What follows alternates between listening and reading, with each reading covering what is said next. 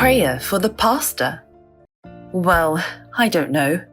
Do you think my prayers would really help? I mean, our pastor is such a strong person.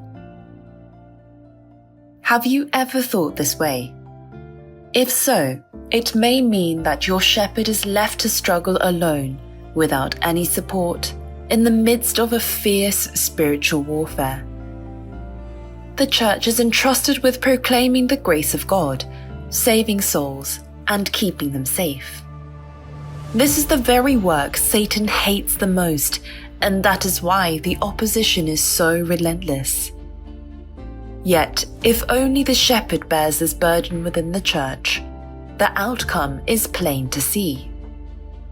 We must remember, the calling of God rests not only on the shepherd, but on the believers as well.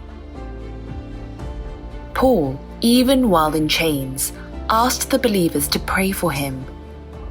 What is remarkable is that his request was not for his own safety or comfort. He had every reason to ask, "Please pray that I may be released from here." Yet he did not. Instead, he said, "Pray that utterance may be given to me, that I may open my mouth boldly to make known the mystery of the gospel." Paul did not fix his eyes on his circumstances. His heart was set only on the preaching of the word. For him, what mattered was not himself, but the ministry of the gospel. And the ones who must carry out this ministry were not Paul alone, but all the believers who had received the grace of the gospel. The shepherd is subject to Satan's concentrated attacks. Satan knows well that if he strikes the shepherd, the sheep will scatter. Therefore, he schemes to make the shepherd lose his heart, fall into self-satisfaction, or carry out his ministry with selfish motives.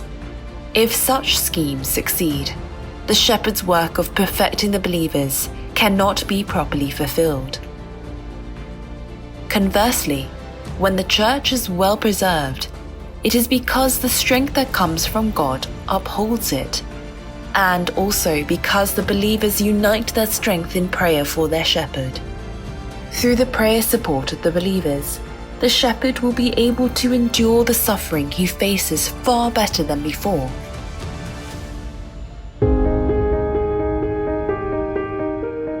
Paul called himself an ambassador in chains.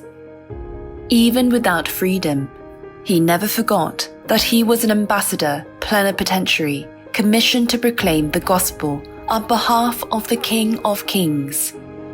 What he sought was not his own comfort, but the power to boldly proclaim the word entrusted to him. His request for prayer was no different from this cry: "You also fight together. You are not bystanders to this work."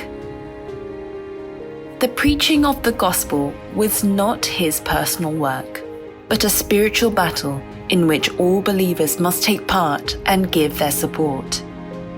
In this battle, where the kingdom of God collides with the kingdom of Satan, believers can never exist as neutrals.